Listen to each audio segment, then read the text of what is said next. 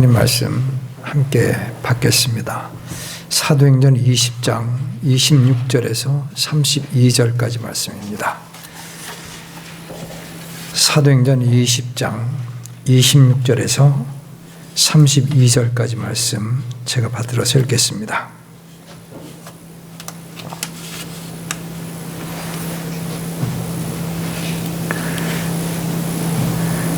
그러므로 내가 모든 사람의 피로부터 깨끗함을 내가 이날 너희에게 증언하노니 이는 내가 지금까지 회피하지 아니하고 하나님의 모든 계획을 너희에게 밝히 말하였기 때문이라. 그러므로 너희 자신과 온 양떼에게 주의를 기울이라.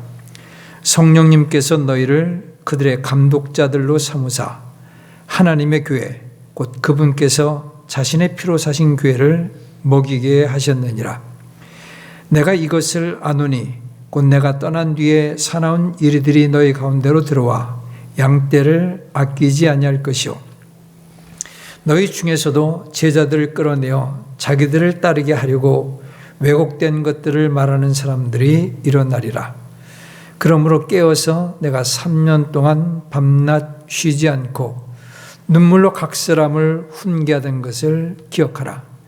형제들아, 이제 내가 너희를 하나님과 그분의 은혜의 말씀에 맡기노니 이 말씀은 너희를 든든히 세우고 거룩히 구별된 모든 자들 가운데서 너희에게 상속 유업을 줄 수 있느니라. 32절까지 말씀 제가 받들어서 읽었습니다. 오늘 이 시간에는 교회 선택과 관련된 메시지를 전하고자 합니다. 교회 선택 시 우리가 우선적으로 고려해야 할 사항들이 어떤 것이 있는지 말씀을 드리고자 합니다. 저희들이 이 땅에서 생활하다 보면은 저희들이 사는 환경이 바뀔 수 있습니다. 성장해 가면서 학교 진학하는 문제로 인해서 또는 해외 유학을 갈 수도 있겠습니다. 다니던 교회와 멀리 떨어진 곳으로 옮겨야 할 때가 있습니다.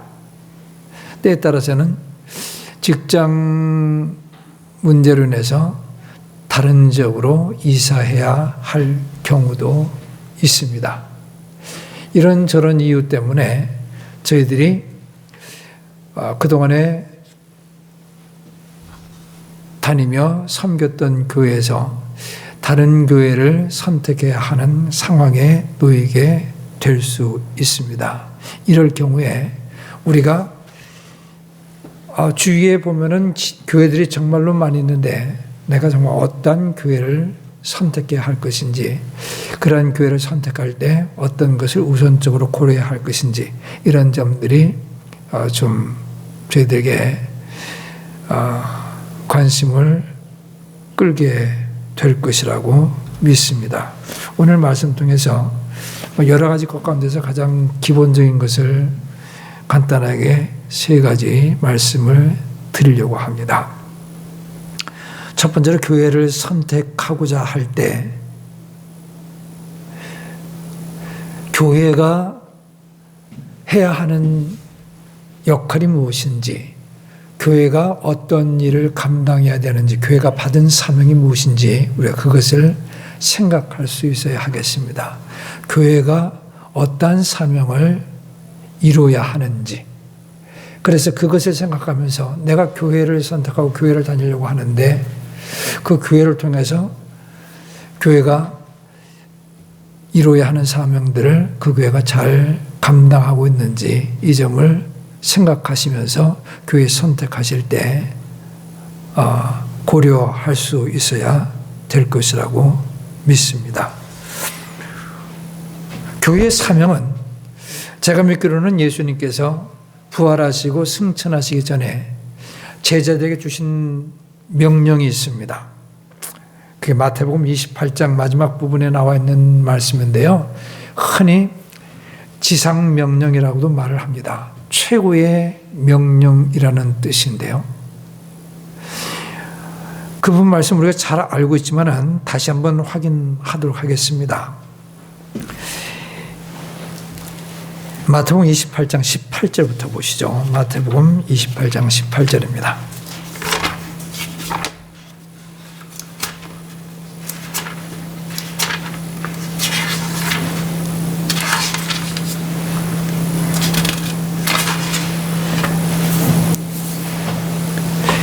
예수님께서 그들에게 오셔서 말씀하여 이르시되 하늘과 땅에 있는 모든 권능이 내게 주어졌으니 그러므로 너희는 가서 모든 민족들을 가르치고 아버지와 아들과 성령의 이름으로 그들에게 침례를 주며 무엇이든지 내가 너희에게 명령한 모든 것을 그들에게 가르쳐 지키게 하라. 보라, 내가 세상의 끝까지 항상 너희와 함께 있느니라 하시니라. 자, 여기 말씀 보시면은 예수님께서 19절 20절에서 여기 지상명령이라고 불리는 이 명령을 주셨습니다. 이 명령이 왜 지상명령이냐면요, 예수님께서 18절에 이렇게 말씀하십니다. 하늘과 땅에 있는 모든 권능이 내게 주어졌다. 하늘과 땅에 있는 모든 권능을 가진 분께서 말씀하시는 것입니다. 명하시는 것입니다. 이 예수님께서 십자가 위에서 구속의 모든 필요한 일들을 끝마치시고 부활하셨고요. 그 다음에 이제 조만간 승천하시게 될 텐데, 승천하시기 전에 제자들을 떠나기에 앞서가지고 제자들에게 마지막으로 주시는 말씀이기도 합니다. 떠나면서 마지막으로 주는 말씀, 거기에 무게가 있습니다. 무게가 담겨져 있죠. 사람이 이거하고는 좀 다르지만은 부모가 세상을 떠나면서 자식에게 유언을 남깁니다. 임종하는 자리에서 유언을 남기는 그 말씀은 참 부모가 다른 어떤 것보다도 중요하게 생각해가지고 꼭 이 말은 자식이 들었으면, 알았으면 그 말에 자신의 마음을 담아가지고서 그 말을 합니다. 아주 중요한 말이죠. 귀중하게 받아들여야 할 것이라고 생각됩니다. 하늘과 땅의 모든 권세를 가신 그 분께서 부활하신 것으로 말미암아 그 모든 권세들을 그분께서 주장하시면서 명하시는 말씀입니다. 그러니까 이것을 명하시는 부분이 그니 하늘과 땅의 모든 권능을 가진 위대하신 분이시다 하는 사실이요. 그리고 제자들을 떠나게 앞서가지고 마지막에 주신 말씀 가운데 하나가 이 말씀이 되겠습니다. 이 말씀은 크게 두 가지 범주로서 나눌 수 있는데요. 19절 말씀 봐주십시오. 그러므로 너희는 가서 모든 민족들을 가르치고 아버지, 아들과 성령의 이름으로 그들에게 침례를 주며 무엇인지 내가 너에게 명령한 모든 것을 그들에게 가르쳐 지키게 하라. 여기에 보면은요, 앞부분에 민족들을 가르치라 하는 말이 있습니다. 가르치고. 그 다음에 20절 말씀에 모든 것을 그들에게 가르쳐 지키게 하라. 여기서 또다시 가르치다 하는 말이 나와 있어요. 앞부분에 가르친다는 말과 뒷부분에 가르친다고 하는 말은 내용적으로 다릅니다. 단어 자체가 달라요. 모든 민족들을 나가서 접촉하고 그들에게 가르치고 난 다음에 뭐라고 하라고 하나요? 침례를 주라는 말씀이죠. 침례는 누구에게 줄 수 있나요? 그동안에 우리가 말씀 통해서 확인한 바로는 침례는 누가 받을 수 있고 누구에게 줄 수 있는 겁니까? 예수님을 믿고 참으로 구원받은 사람이 침례를 받을 수 있습니다. 그러니까 이 앞부분에서 가서 모든 민족들을 가르치라고 하는 말은요, 한마디로 그들에게 가서 복음을 전하고 그들을 구령하라는 말이 되겠습니다. 그 앞부분에 가르치다고 하는 말은 제자를 삼는다는 단어가 사용됐어요.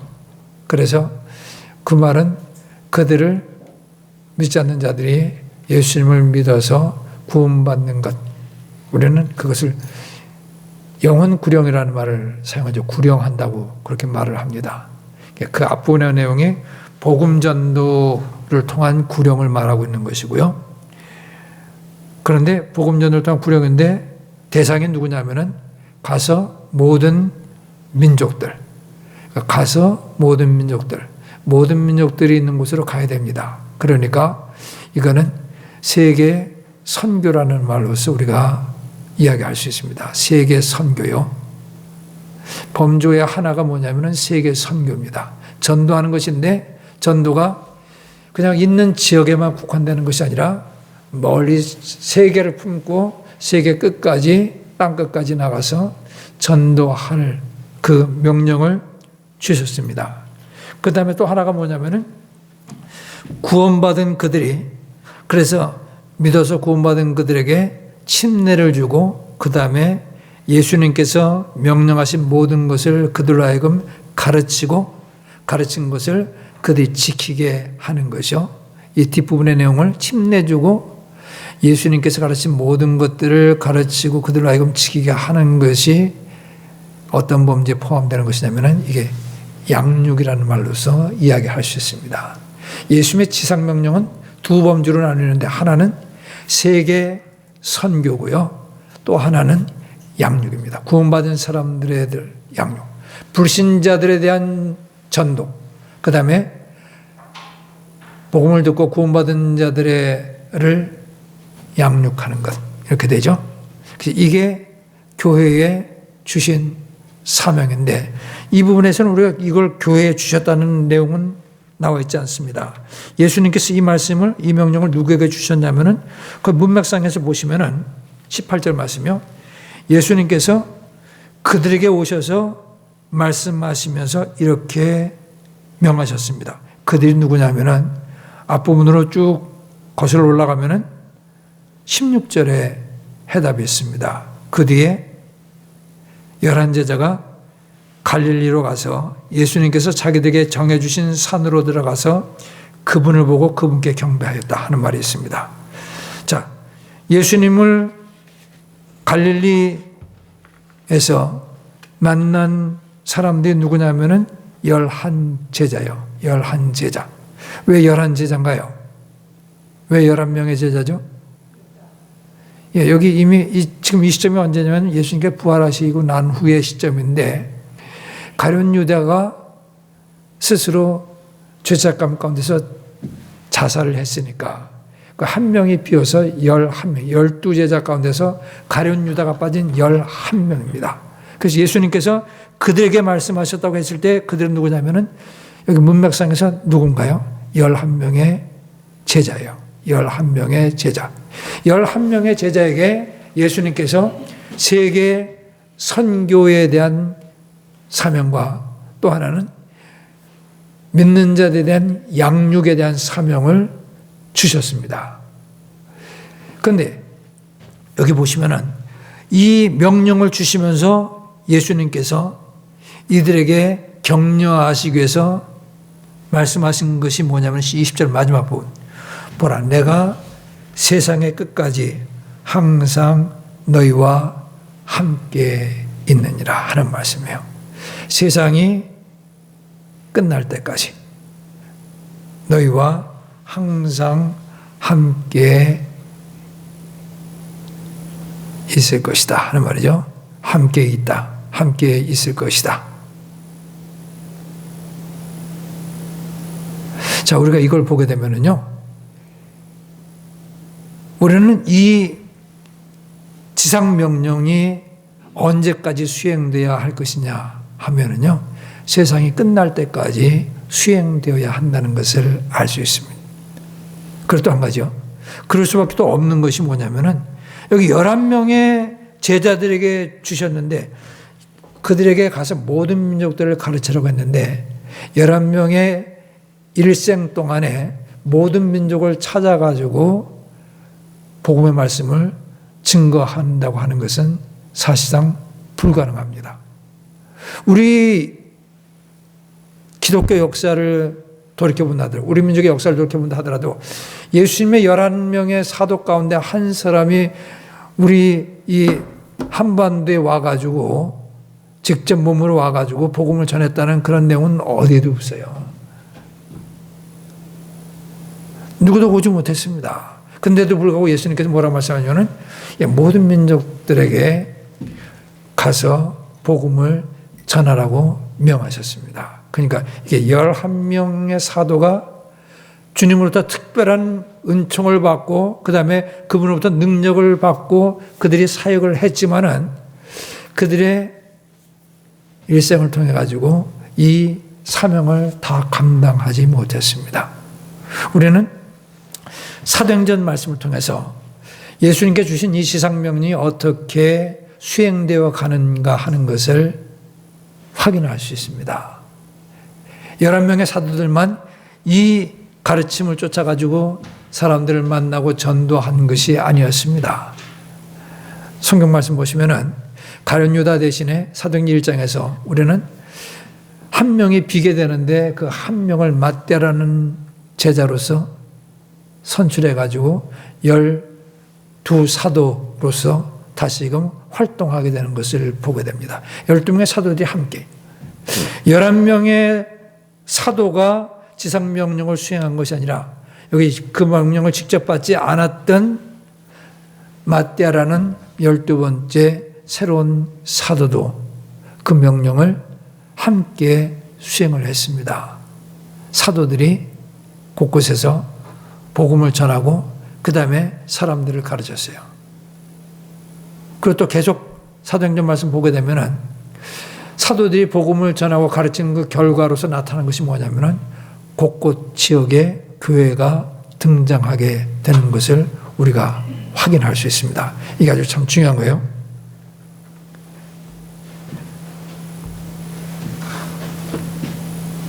사도행전 5장 42절 말씀 보시겠습니다. 사도행전 5장 42절 말씀.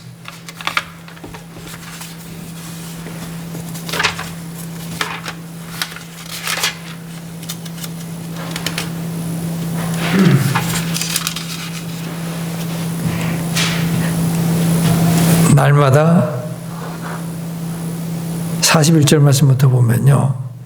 그들은 자기들이 그분의 이름을 위해 수치당하는 일에 합당한 자로 여겨진 것을 기뻐하면서 교회 앞을 떠나.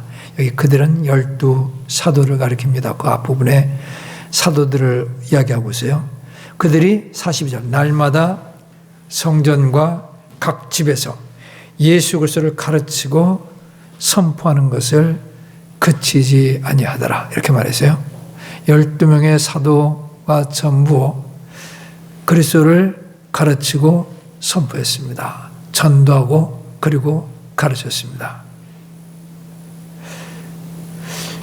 예루살렘 교회에 믿는 자들이 더욱더 많아지게 되자 사도들이 구하는 일까지 떠맡아 가지고서 책임지고 한다고 하는 것이 이게 쉽지 않다는 것을 깨닫고서 어떻게 결론 내리냐면은 우리는 말씀 전하는 것과 기도하는 일에 전념하겠다 하고서 말하고 있어요. 말씀 전하는 것과 기도하는 일에 전념하겠다. 사도들 전체가 말씀을 전했습니다. 복음을 전거했고요. 그 다음에 말씀을 가르쳤습니다.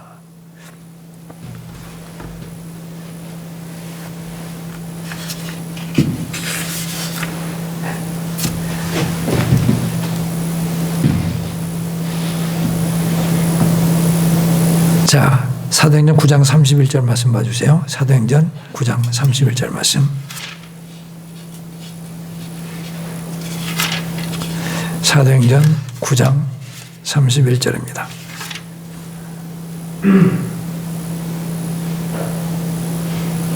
그때 온 유대와 갈릴리와 사마리아 전역에서 그다음 뭐라 되냐면요. 교회들이 안식을 얻어 든든히 세워졌다 하는 말이 있습니다. 교회들이요. 처음에는 예루살렘에 교회 하나가 있었는데 그런데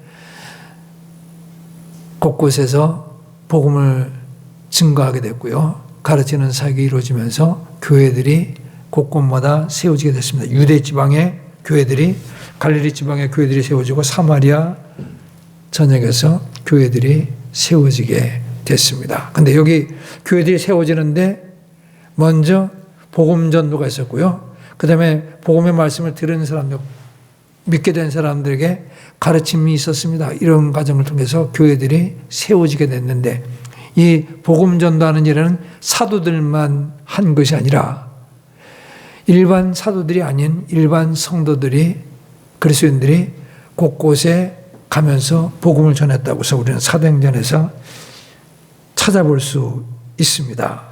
그래서 사도행전에 보게 되면은 핍박 때문에 흩어진 사람들이 곳곳에 다니면서 복음을 전했습니다. 키프로스 섬까지도 건너가가지고 복음을 전하고, 안디옥 시리아까지도 가서 복음을 전하고, 거기 믿는 그리스도인들이 모이게 되고 교회들이 세워지게 되는 것을 우리가 보게 됩니다. 복음을 전하고 그 다음에 가르치면서 나타나는 것이 뭐냐면은 교회들이었다고 하는 사실, 그 결과요. 그 교회를 통해서 결과적으로 보면 교회를 통해서 계속해서 이 예수님의 지상명령이 수행되고 또 확산되어서 수행되고 또 확산되어서 수행되어 가는 모습을 우리가 볼 수 있습니다. 그럼에도 불구하고 우리는 사도행전 말씀이 다 끝나도록 기록되기까지 복음이 한국 땅까지 넘어왔다는 그 언급은 없습니다. 유럽과 아시아 일부 지역에 복음이 전해졌을 뿐입니다. 그런데 예수님께서 지상명령을 주시면서 약속하시는 거예요. 내가 세상 끝날까지 너희와 항상 함께 있으리라. 지상명령은 세상이 끝날 때까지 세상 모든 민족들 대상으로 복음을 전하고, 그리고 구원받은 사람들이 하나님 말씀 가운데서 가르침을 받고 세워지도록 그렇게 주신 것을 우리가 볼 수가 있습니다. 이 일을 교회를 통해서 이루셔가고 계신 것을 우리가 보고요. 이 일의 결과가 또 새로운 교회가 새로운 지역에 세워지게 되는 과정으로서 반복되어서 순환되어 가는 것을 우리가 볼 수 있습니다. 교회는 사람이 세우는 것이 아니고요. 교회를 세우시는 분은 누구냐면은 예수 그리스도라고 하는 사실을 기억해 주십시오. 내가 이 반석 위에 내 교회를 세우리라. 교회를 세우신 분은 예수 그리스도이시고요. 그러니까 교회는 사람이 만든 기관이 아니라 예수님께서 세우신 기관이라고 하는 사실을 우리가 알아야 하겠습니다. 그리고 예수님의 명령을 쫓아가지고 그분을 믿고 따르고, 그리고 그분께 순종하는 믿는 자들이 명령을 수행하는 가운데서 교회가 또다시 세워지고 하기 때문에 그 새롭게 세워지는 교회 역시 마찬가지로 주님께서 세우시는 교회라고서 말할 수 있습니다. 주님께서 믿는 사람들을 통해서 교회를 세워가지만은 그 교회는 그럼에도 불구하고 누가 세우는 교회예요?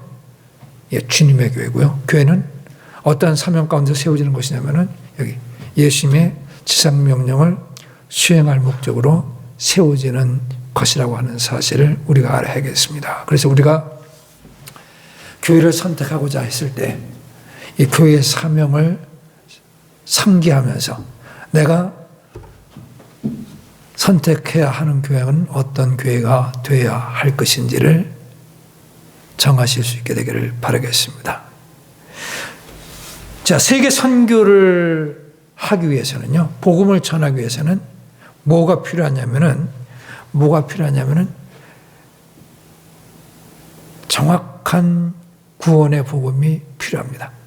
정확한 구원의 복음이 필요해요.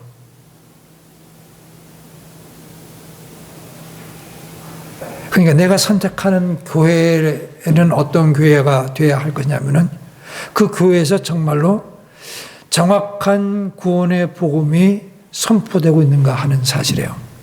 그 정확한 구원의 복음이 선포되지 않고 있다고 할 것 같으면은 그러면 구원을 받을 수 있냐면은 구원을 받을 수 없습니다. 복음이 흐릿하면은 그것을 받아들인 사람들의 구원의 확신도 흐릿하게 될 수밖에 없습니다. 복음이 왜곡된 것이라고 할 것 같으면 그것을 받아들인 사람들의 구원 역시 마찬가지로 왜곡된 것으로서 정상적인 것이 될 수 없습니다. 내가 어떤 교회를 생각하고 있는데 그 교회에서 정말로 참된 구원의 복음이 전해지고 있는지 이것을 우리가 우선적으로 확인할 수 있어야 될 것이라고 믿습니다. 무엇이 참된 복음이냐면요. 본문 말씀 좀 봐주세요. 본문 말씀 보시면은 바울 사도가 이렇게 이야기를 합니다.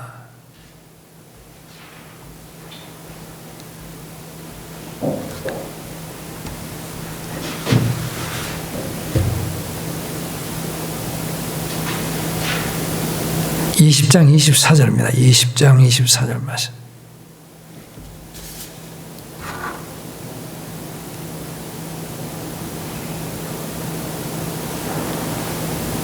이 일들 중 어떤 것도 나를 움직이지 못하며 내가 나의 생명을 내게 귀한 것으로 여기지도 아니하노니 이것은 내가 나의 달려갈 길을 기쁨으로 끝마치고 주 예수님에게서 내가 받은 사역 곧 하나님의 은혜의 복음을 증언하는 일을 기쁨으로 끝마치려 함이라. 여기 복음을 뭐라고 표현했냐면요. 하나님의 은혜의 복음이라고 표현했어요. 하나님의 은혜의 복음을 내가 증언한다는 말씀을 바울 사도가 하는 것을 보게 됩니다. 참된 복음은 어떤 복음이냐면은 하나님의 은혜로 말미암는 구원을 가르치는 복음. 에베소 2장 8절에 있는 말씀이요. 9절에 있는 말씀. 우리가 그 은혜로 인하여 믿음으로 말미암아 구원을 받았나니 너희가 그 은혜로 인하여 믿음으로 말미암아 구원을 받았나니 이것이 너희에게서 난 것이 아니라 하나님의 선. 하나님의 은혜로 너희가 구원을 받은 것이다. 예. 구원은 사람의 행위에서 나는 것이 아니라 하나님께서 은혜로 값없이 선물로 주시는 것이다. 한 사실을 우리가 참된 구원의 복음은 가르치고 있습니다.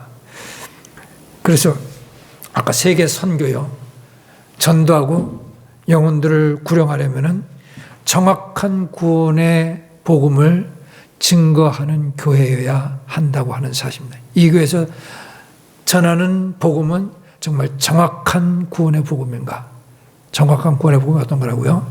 하나님의 은혜를, 구원은 하나님의 은혜라고 가르치는 것이 이게 정확한 구원의 복음입니다. 우리가 갈라디아서 말씀 좀 보겠습니다. 갈라디아서 1장 8절 말씀 봅니다. 갈라디아서 1장 8절 말씀.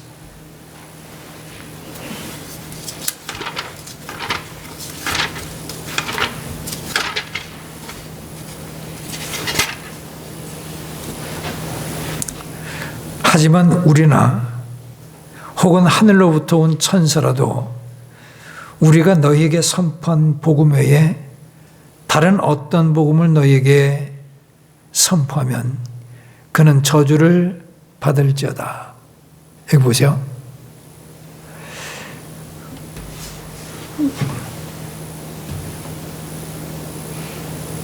우리가 너에게 선포한 복음 외에 다른 어떤 복음을 누군가가 선포한다면 그는 저주를 받을 것이다.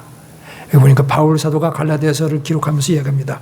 우리가 선포한 복음, 그게 참 복음이라고 말씀했습니다. 이 참된 복음은요, 참된 복음은 뭐냐면은 예수 그리스도께서 가르치신 복음이 참된 복음이에요. 예수 그리스도께서 사도들에게 계시해 주신 복음이 참된 복음이에요. 그래서 계시를 받은 사도들이 전한 복음이 참된 복음입니다. 다시 한번 말씀드리겠습니다.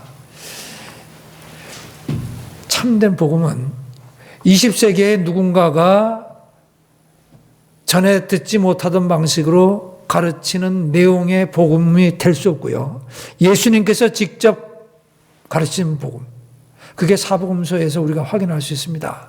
예수님부터 그 복음을 계시받은 사도들이 전한 그 복음. 신약 서신서에서 우리가 확인할 수 있어요.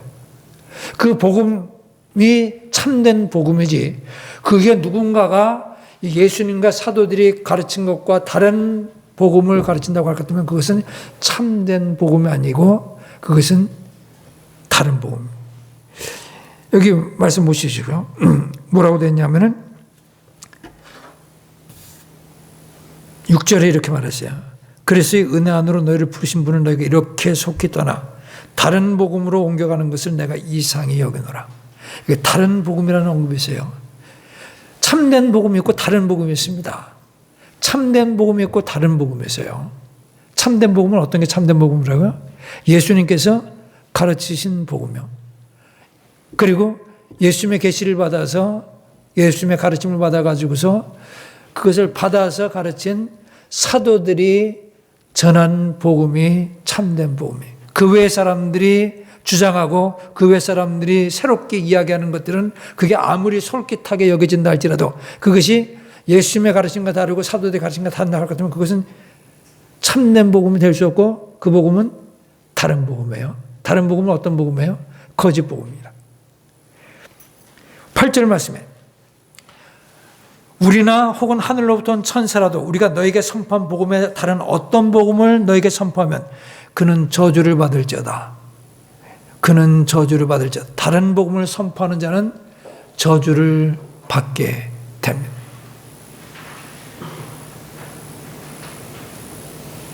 다른 복음을 선포하는 자는 저주를 받습니다. 왜 저주를 받는 거예요? 다른 복음을 선포하면 구원받을 수 없으니까. 다른 복음을 선포하는 사람은 구원받을 수 없습니다. 다른 복음을 듣고 받아들인 사람도 구원받을 수 없어요. 예수님께서 눈먼 자가 눈먼 자를 인도하면은 둘이 다 구덩이에 빠지리라.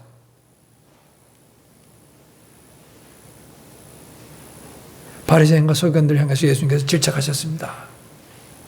너희 눈먼 인도자들아, 눈먼 자가 눈먼 자를 인도하면 둘이 다 구덩이에 빠지리. 마태복음 23장에서 나와 있는 말씀이에요. 그러니까 다른 복음을 가르치고 선포하는 자가 구원받을 수 있나요, 없나요? 절대로 구원 못 받습니다. 그 사람은 어떻게 돼요? 구원받지 못하고 저주를 받습니다. 나를 떠나 마귀와 그 천사들 위해 예비된 영영한 불못에 들어가라. 다른 복음을 듣고 받아들이는 사람들 역시 마찬가지로 구원받을 수 있어요? 구원받을 수 없어요? 받을 수 없어요. 똑같이 전하는 자와 똑같이 인도하는 자와 똑같이 저주를 받습니다. 그럼 참 복음이 어떤 복음인가? 바울 사도가 이야기를 합니다. 본문 말씀 보시면은 21절이에요. 사도행전 20장 21절 말씀.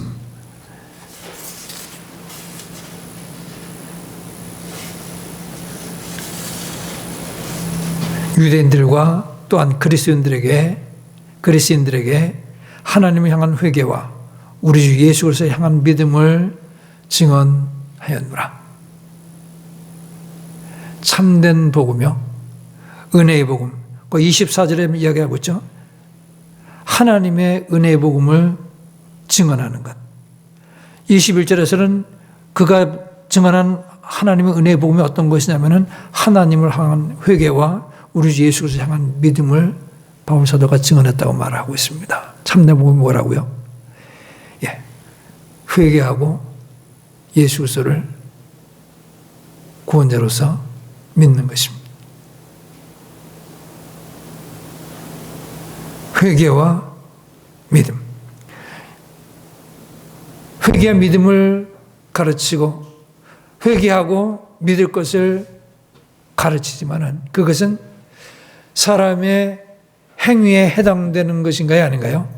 그건 사람의 행위로 볼 수 없습니다. 왜냐하면 회개하라고 명하시고 그리고 믿으라고 명하지만은 그럼에도 불구하고 그것은 하나님의 은혜라고 말씀하기 때문에 하나님께서 보시기에 사람이 회개하는 것, 자신이 죄인됨을 회개하는 것은 이건 선행이 아닙니다.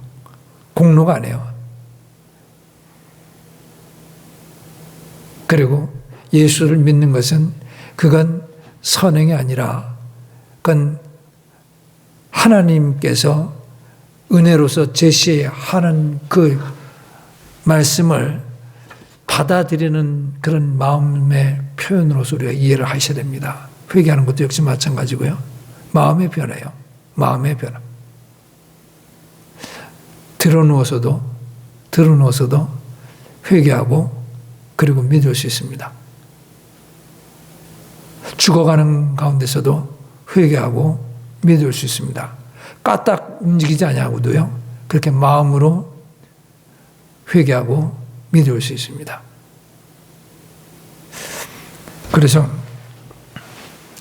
전적인 하나님의 은혜로 주시는 선물을 가르치는 그 복음이 그게 참 복음이에요. 예수님께서 말씀한 누구든지 목마른 자는 누구든지 아들을 보고 믿는 자는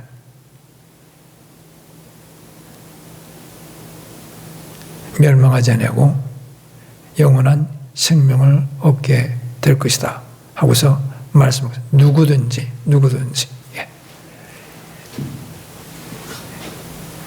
그게 하나님의 은혜의 복음입니다. 그럼에도 불구하고 하나님의 전적인 은혜가 아니라 은혜도 필요하지만은 사람의 행함도 마찬가지로 필요하다고 해서 하나님의 은혜 플러스 사람의 행위를 덧붙이는 그런 복음을 가르친다고 할 것 같으면 그것은 다른 복음이에요. 그건 다른 복음입니다.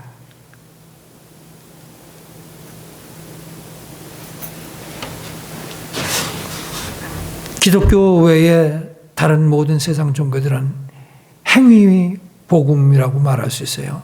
행하는 거예요. 예. 스스로 자선을 베풀고 그리고 오랫동안 참여하고 다들 행함을 통해 가지고서 그래 가지고 뭐 해탈에 이르고 구원에 이르고 뭐 하는 것을 가르치고 있지만은 기독교 복음은 사람이 자신의 죄 문제를 해결할 수 없고 전적으로 하나님께서 은혜로서 죄사함을 주시기 위해서 대속물로서 예수님을 이 땅에 보내주시고 그분께서 대신해서 십자가에서 모든 죄들을 담당하시고 죽으셨다고 하는 사실이요. 그 다 하나님 편에서 구원을 받을 수 있는 길을 다 준비해 놓으신 거예요. 조건은 단 하나. 사람은 그 하나님께 준비해 주신 그 모든 것을 마음으로 기꺼이 감사하면서 받아들이면 그게 믿음.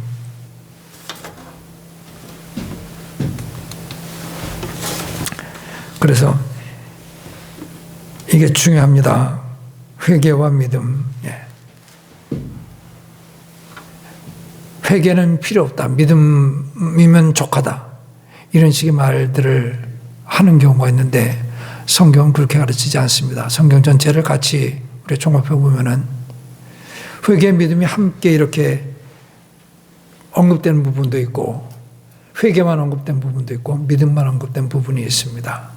그런데 그 모든 것들이 죄사함과 구원과 관련돼서 언급되고 있습니다. 전체를 같이 말씀 종합해서 이해한다면은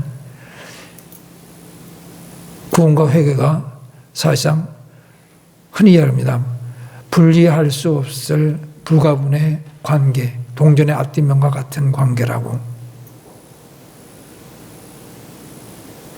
회개만 언급된 곳에는 믿음도 같이 결부된 회개를 이야기하는 것이고 믿음만 언급된 부분에서는 회개가 전제된 믿음을 거기서 이야기하는 것으로서 우리가 이해하실 수 있어야 될 것이라 믿습니다. 그래서 회개와 믿음 개념은 함께 묶여져 있다고 하는 사실을 우리가 알 수 있어야 하겠습니다. 자, 다시 한번 말씀드리겠습니다. 교회의 사명 가운데 하나는 구령하는 것입니다. 복음 전에서 구령하는 거예요. 근데 그렇게 하기 위해서는 참된 복음을 붙들고 있어야 되고 참된 복음을 선포하고 있어야 되는데 참된 복음을 선포하지 않고 있다.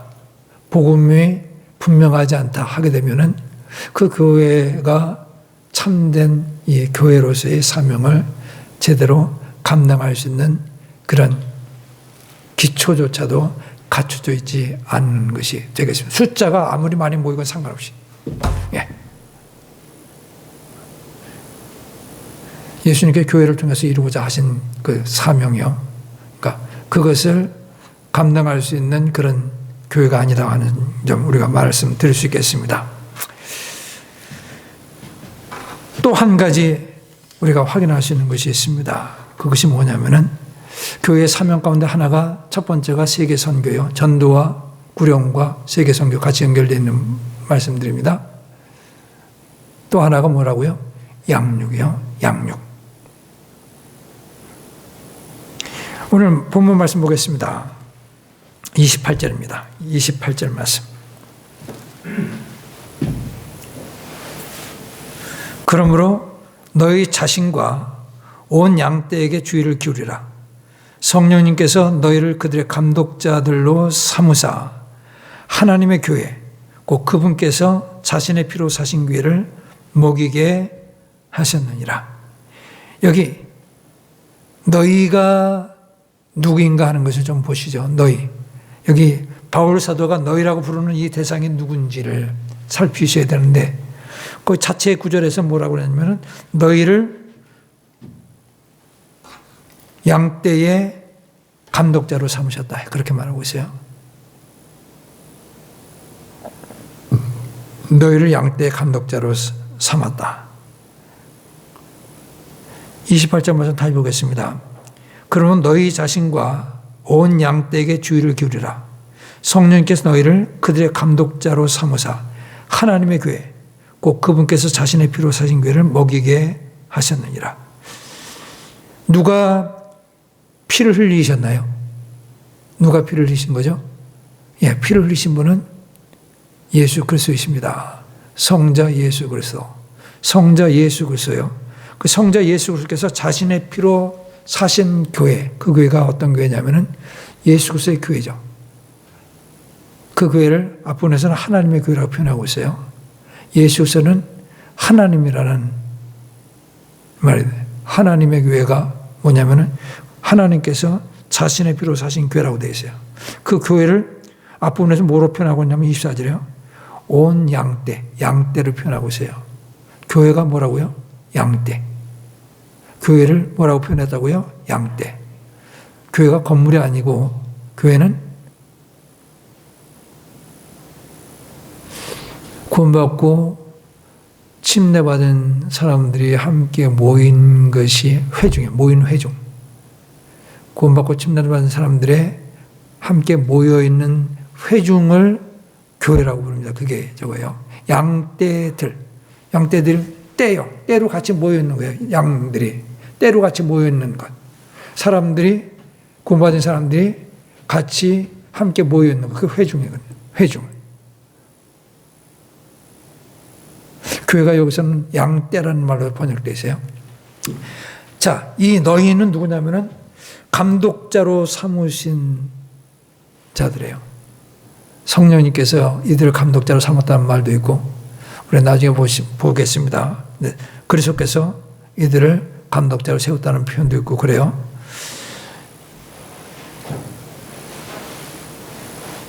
자, 그 다음에 보세요. 그 감독자들이 하는 일이 뭐냐면은 하나님의 교회, 곧 그분께서 자신의 피로 사신 교회, 그 교회가 뭐예요? 양떼. 이해하시죠? 교회를 먹이게 하셨다. 다시 말하면 교회를 먹인다는 말은 뭐냐? 교회는 양떼로 앞에서 이야기되고 있는데 양떼를 먹인다는 말이에요. 양떼를 먹이는 건 누가 하는 일인가요? 양떼를 돌보고 치고 꼴을 먹이는 건 누가 하는 일이에요? 목자가 하는 일이에요. 그러니까 여기 목자나 감독자는 같은 의미예요. 목자나 감독. 성경 말씀이요. 양떼를 먹이는 역할을 하는 자가 누구냐면은 목자예요. 근데 그 목자를 감독자로 삼았다고 그랬죠. 감독이요. 근데 여기 지금 이 너희라는 그 대상은 누구냐면은 17절 말씀 보시면 나와 있어요. 그가 바울 사도가 밀레도에서 에베소로 사람을 보내요. 누구를 보내세요? 교회의 장로들을 불렀어요. 그래서 온 사람들은 누굽니까? 그래서 찾아온 사람은 누구냐면은 바울 사도에게 에베소에서부터 찾아온 사람은 누구냐면은 에베소의 장로들이에요. 그 장로들에게 한 말입니다. 그 장로들에 대해서 28절에 성령님께서 너희를 감독으로 삼으셨다. 감독으로 삼으셨다. 그리고 그들이 무슨 일을 하냐면은 교회를 먹여요. 양떼를 먹이듯이 교회를 먹여요. 그게 누구가 하는 일이냐면은 목자가 하는 일. 목자로 번역하는 것이 옳은 것인데 우리 한글 성경에서는 번역을 목사로 번역을 해가지고 이 목사로 번역해가지고 그 좀 이게 정확하게 그 의미 표현이 안 나타나세요. 그 원어 단어가 목자라는 말이에요. 나는 선한 목자라. 똑같은 단어입니다. 그러니까 신약성경에서 장로라는 말과 감독이라는 말과 목자 또는 목사라는 말은 한 직분을 가리키는 다양한 표현들이에요. 세 가지. 오늘날처럼 감독이 일반 목사들 위에 있는 큰 목사라는 그런 의미는 없습니다. 장로는 양떼를 치는 사람과는 구분되는 사람으로서 장로를 의미하지 않습니다.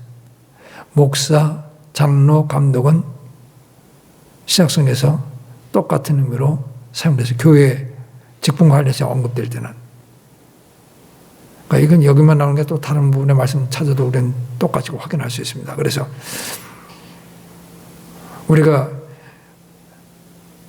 장로 직분으로서 별다른 그런 직분을 인정하지 아니하는 이유가 거기에 있습니다. 그건 성경적이 아니다.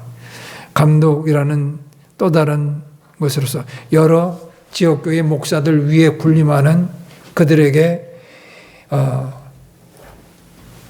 주종관계에서의 권한을 행사하는 그러한 직책이 아니다고 하는 사실을 우리가 분명하게 알 수 있어야 하겠습니다. 그래서 목자, 감독, 그 다음에 장로, 그 똑같다고 하는 말 다시 한번 말씀드리겠습니다. 자, 조금 길어지게 되는데, 자, 여기 보시죠. 여기 보면은 목사가 하는 일이 뭐냐면은 교회를 먹이는 거예요. 양떼를 먹이는 거. 뭐로 먹이나요?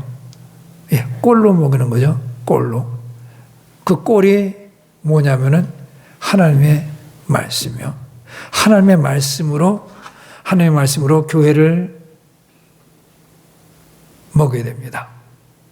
그러니까 말씀 사역은 상당히 중요해요.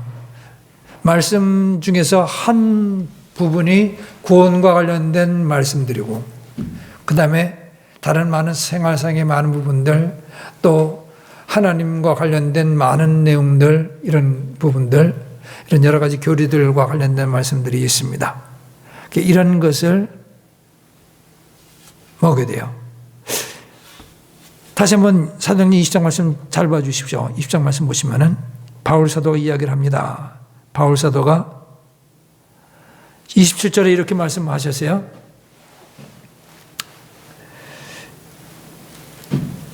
내가 지금까지 회피하지 아니하고 하나님의 모든 계획을 너에게 밝히 말하였기 때문이라. 바울 사도는 하나님의 모든 계획을 밝히 말하고 가르쳤다고 여기 이야기하고 있어요. 거기서 저는 주목하고 싶은 내용이 뭐냐면 모든이라는 말에 주목하고 있어요. 모든 하나님의 계획을 다 밝히 말하고 가르쳤다. 여기서 문맥상에서 하나님의 모든 계획은 특정되어 있는 것인데요. 그건 26절과 관련이 있어요. 그러므로 내가 모든 사람의 피로부터 깨끗함을 내가 이날 너희에게 증언한다. 모든 사람의 피로부터 깨끗하다. 이 말은 그렇기 때문에 왜냐하면은 내가 모든 사람의 피로부터 깨끗한데, 왜냐하면은 내가 하나님의 모든 계획을 너희에게 밝히 말하였기 때문에. 파수꾼이 경고하지 않냐고 죽게 되면은, 어떤 사람이 파수꾼의 경고가 없어서 죽게 되면은 그 파수꾼에게 그 사람 죽음에 대한 책임이 있습니다. 그런데 파수꾼이 경고했음에도 불구하고 사람이 그 경고를 듣지 아니함으로 말미암아 재앙을 만나게 되고 죽게 됐다면은 그 사람의 죽음은 그 사람 자신만의 책임. 지금 그런 의미에서 바울서도 이렇게 말한 거예요.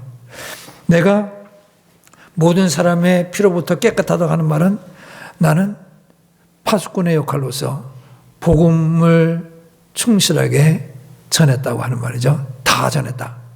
그러니까 사람의 구원과 관련된 하나님의 모든 계획을 내가 다 낱낱이 분명하게 전했다. 그러니까 난 내가 해야 할 일을 다 했기 때문에 내가 들은 사람들이 받아들이지 않아가지고 그들이 하나님의 진노를 사게 되고 그리고 멸망당하게 되는 것에 대해서 나는 책임이 없다 하는 그런 말이죠. 그러니까 다 여기서 저는 책임이 없다는 말에 주의를 기울이려고 하는 게 아니라 내가 하나님의 모든 계획을 다 너희에게 전했다.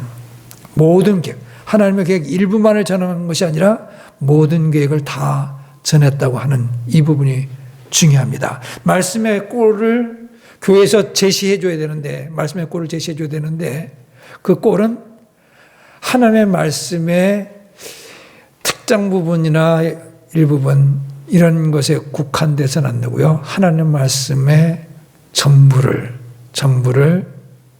저는 물론 하나님 말씀의 전부를 성경 전체 전부를 짧은 시간 안에 다 전할 수는 없습니다. 그러니까 장기간에 걸친다 할지라도 계획을 세워가지고서 하나님 말씀을 빠짐없이 군데군데 그냥 발췌해가지고서 이렇게 하는 것이 아니라 다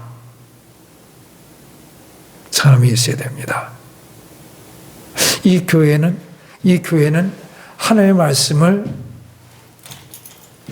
골고루 다 전하고 있는지 그것도 교회 선택하는 데서 주목할 필요가 있어요. 10년 지나고 20년 동안 교회 생활을 했음에도 불구하고 부분적으로 마태복음 몇 장 어디서 들은 말씀 또 저기서 들은 말씀 책 전체적으로 골고루 들은 적이 한 번도 없다 할 것 같으면 그 문제가 될 수밖에 없습니다. 하나님 말씀을 통해 가지고 우리가 성장하고 그리고 우리가 교리 가운데 든든하게 세워질 수 있어요. 그런데 말씀을 다 전하지 않게 될 것 같으면은 그러면은 우리가 하나님께서 알기를 원하시는 것들이 많이 있는데 극히 제한된 것밖에 접하지 못했으니까 영적 성장에 아무래도 지장을 받게 될 수밖에 없습니다. 우리가 잘 아는 말씀이요. 디모데후서 3장 16절 말씀. 모든 성경 기록은 하나님의 영감으로 주신 것으로 교훈과 책망과 바르게 함과 의로 교육하게 유익하니. 거기 보면은 성경 말씀 가운데서 부분적으로만 그렇다고 하는 게 아니라 모든 성경 기록이에요. 모든 성경 기록. 구약의 성경 기록들 하나하나 다 빠짐없이 창세기부터 말라기서 말씀까지 다 빠짐없이 다 이 그리스도인들에게 여러 면에서 교리를 가르치고 책망하고 바르게 하는데 유익합니다. 디모데후서 3장 15절 말씀 다시 한번 보겠습니다. 디모데후서 3장 15절 말씀.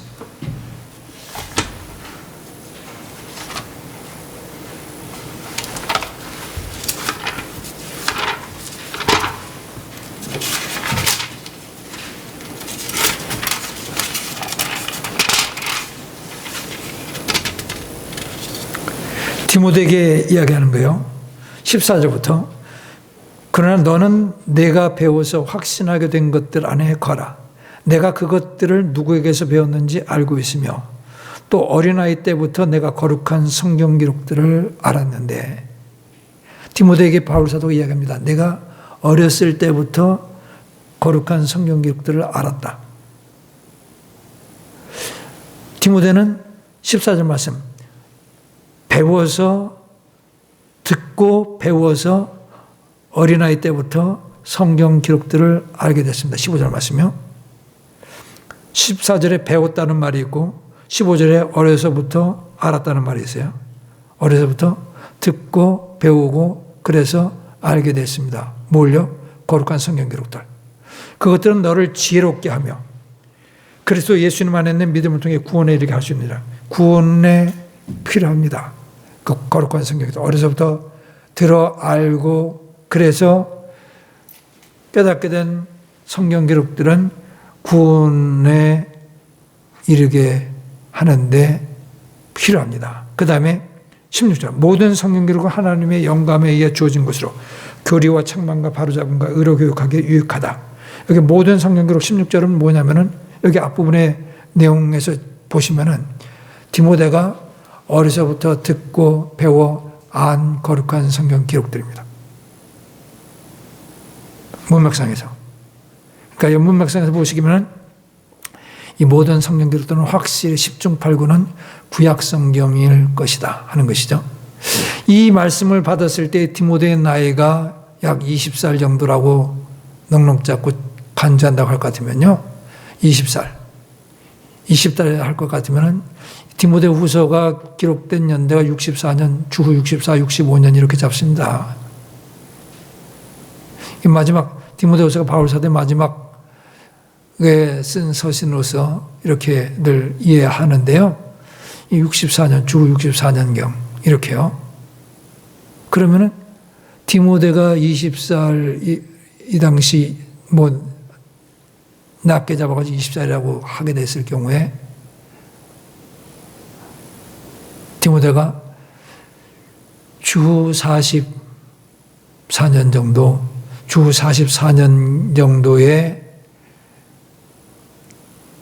그때 한 44년에서 50년 사이에 어렸을 때에 그가 듣고 그리고 배우고 익혔던 성경 말씀들은 대부분 10중 8구 구약 성경일 것이다. 예수님께서 십자가에서 달려 돌아가신 게 주후 33년, 34년 이렇게 지금 성경학자들이 그렇게 계산하고 있습니다. 33년, 34년 정도. 사복음서가 언제 기록됐는지 모르지만요. 이때 기록된 말씀이 있다고 할 거면 신약 성경 중에서 일부분이 이 시점에 디모데가 어린 시절에 기록으로서 완성된 것이 있었다고 할 거면 그거 몇 개 포함되고 나서요. 대부분은 여기서 말하는 것은 구약 성경이에요. 무슨 뜻인지 이해하시겠죠? 구약 성경도 그리스도인들에게 이런 목적으로 사용될 수 있습니다. 그렇죠?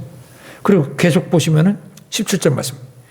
이것은 하나님의 사람이 완전하게 되어 모든 선한 일에 철저히 갖추어지게 하렵니다. 예. 여기 완전하다는 것은 완전 무결한 흠없는 100% 이런 상태가 아니라 성숙함을 이야기하는 거예요. 영적 성숙함을 이야기하는 말입니다. 상대적인 표현이에요.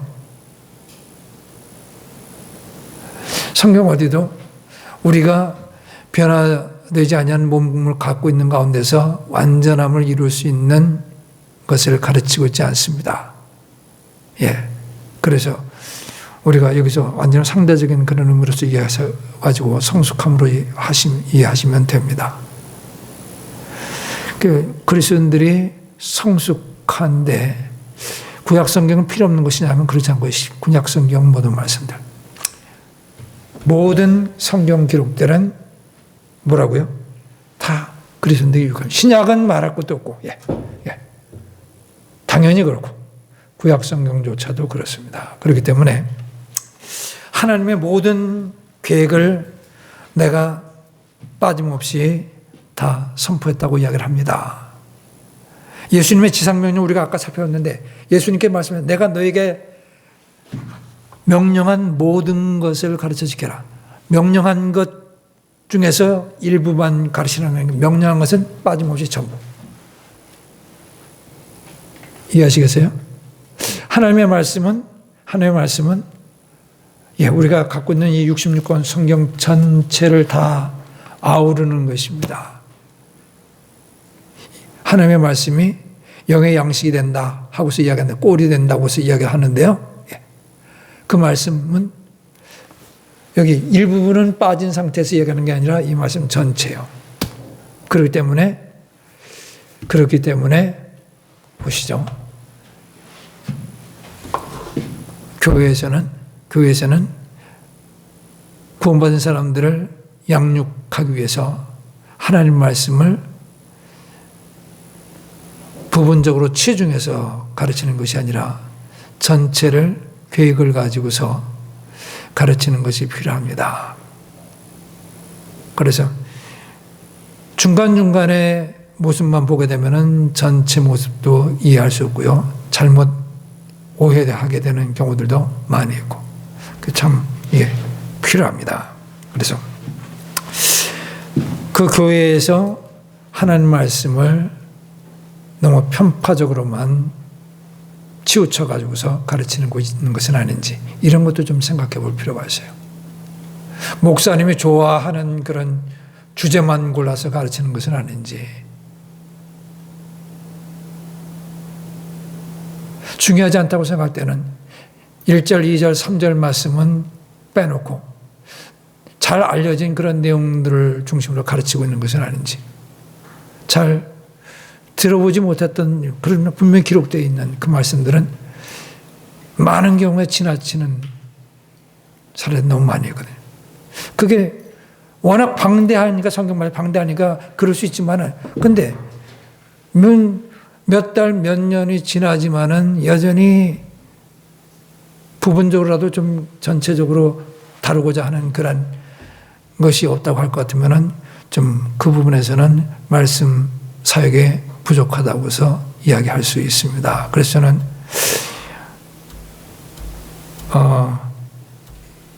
설교가 강해 설교 위주로서 되는 것이 가장 바람직하다고 개인적으로 확신하고 있습니다.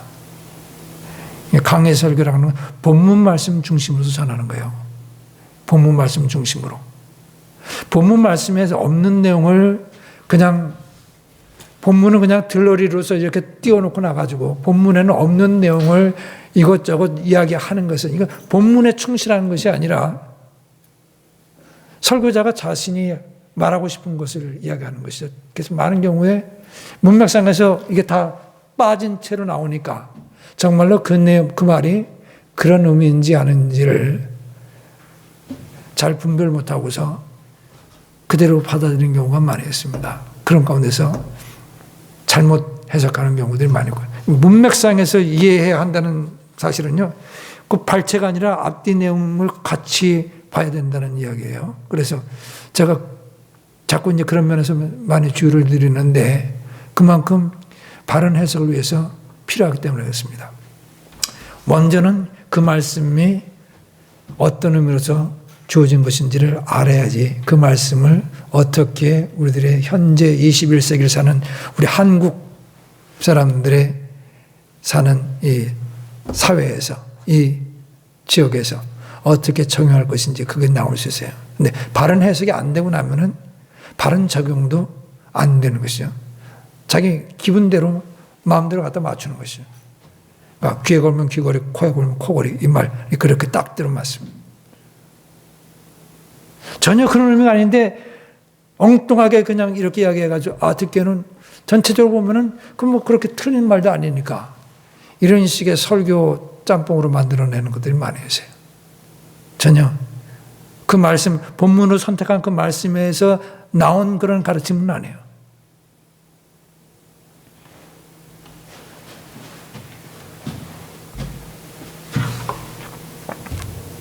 그래서 교회에서 성경 66권을 전부 가르쳐야 합니다. 전체를 균등하게. 근데 한 번에 안 되는 거니까 장기간에 걸치더라도 단계적으로 이렇게 가르치는 것이 필요합니다. 주제 설교할 수 있어요. 구원과 관련해 가지고 주제 설교할 수 있지만은 주제 설교를 한다 할지라도 특정 본문들을 무시하는 것이 아니라 그 본문의 근간 강해로 행해지는 주제 설교나 또 절기 설교들 이런 것들을 해야 될 것이라고 생각합니다.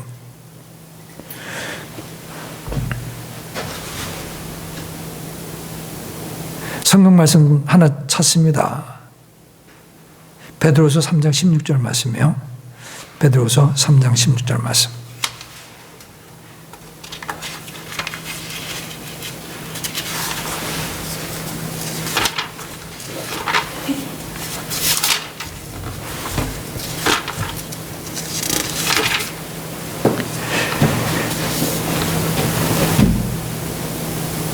바울 사도에 관한 이야기요. 16절.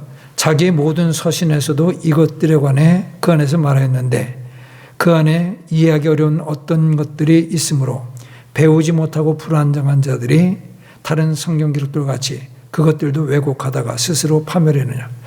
성경 말씀을 왜곡하는 사람들이 있습니다. 성경 말씀을 왜곡하는 사람들이 있어요. 다시요.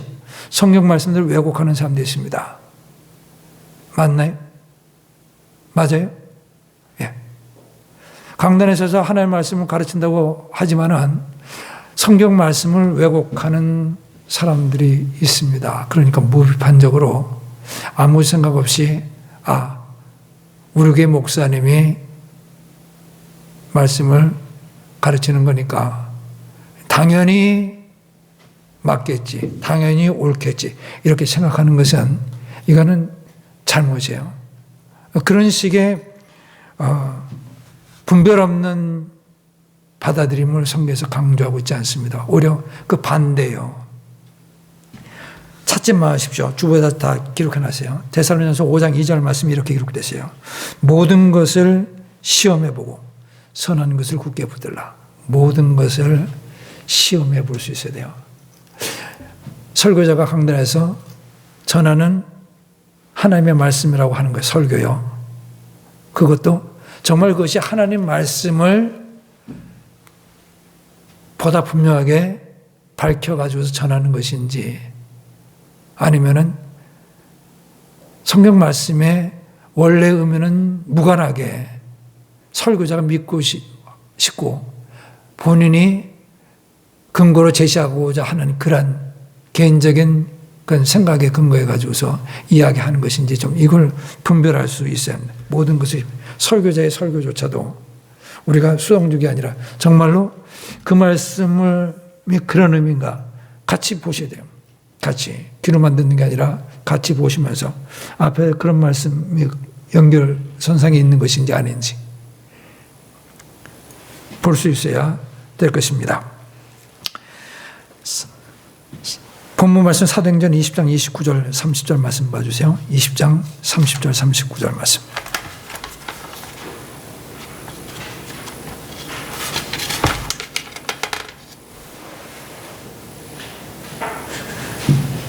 너희 중에서도 29절 내가 이것을 아노니 곧 내가 떠난 뒤에 사나운 일들이 너희 가운데로 들어와 양떼를 아끼지 아니할 것이요. 너희 가운데는 교회 가운데로 사나운 일들이 들어올 수 있다 하고서 말하고 있습니다. 사나운 일들이 들어와서 양떼를 아끼지 아니한다. 양떼가 희생되는 건 누구냐면은 양떼요. 우리 믿는 그리스도인들입니다. 이 사나운 이리들이 사나운 못으로 들어오는 것이 아니라 양의 털옷을 쓴 일이죠. 예수님께서 양의 옷을 입은 이리를 취하라고서 경계하시는 그 예수님 복음서에서 우리가 보였는데요. 이 바로 그거예요. 이들은 양의 옷을 입고 나오지만은 속에는 노략질하는 일이라 그런 거예요. 그래서 피해는 누가 보냐면은 양떼가 봅니다. 이들이 은밀하게 들어오거든요. 30절, 이들의 목적은 너희 중에서도 제자들을 끌어내어 자기들을 따르게 하려고 왜곡된 것들을 말하는 사람들이 일어나. 왜곡된 것들을 말하는 사람들이 교회 안에 있을 것이다 말하고 있어요.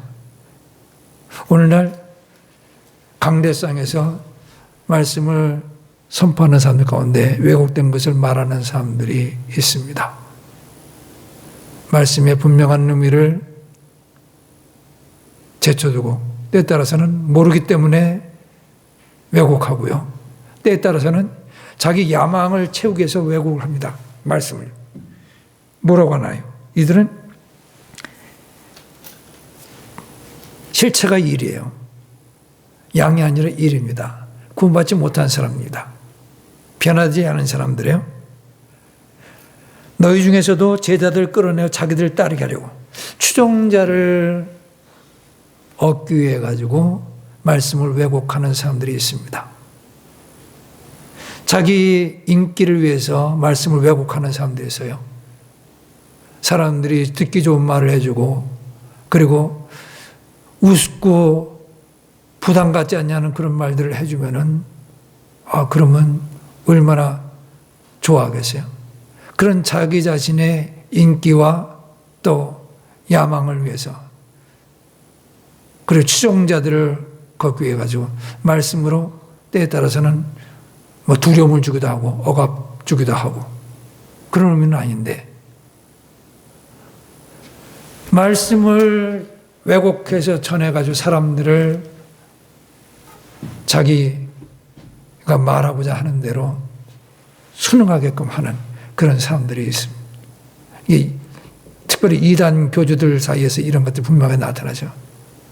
특출하게 이런 사람들을 휘어잡는 이런 능력들이 있어가지고 이런 사람들이 있어요. 이런 사람들이 있습니다. 그렇기 때문에 무조건 그냥 교회면 됐지 하고서 아무 생각 없이 선택하는 것은 참 이게 위험한 건데 너무 모르는 거지 사람들이. 오늘 저는 그냥 여러 가지 좀 주의하고 생각해야 될 그런 여러 가지 부분들이 있는데 아주 가장 기본적인 것 교회의 사명과 관련해서 이 두 가지를 제시했어요. 전도와 관련해 가지고 정확한 구원의 복음 이 부분이 과연 그 교회에서 선포되고 있는지 가르쳐지고 있는지 또 하나는 뭐냐면은 하나님 말씀을 왜곡하지 않고 말씀 신구약 성경 전체를 균형 있게 가르치고 있는지 이게 우리가 생각하셔야 됩니다. 그래서 모든 것을 시험하고 선한 것을 굳게 붙들어야만 하겠습니다. 오늘은 이것만 하고 다음번에 한 번 더 또 다른 주의해야 할 사항들, 염두에 둬야 할 사항들 좀 말씀을 드리고 싶습니다. 기도합니다.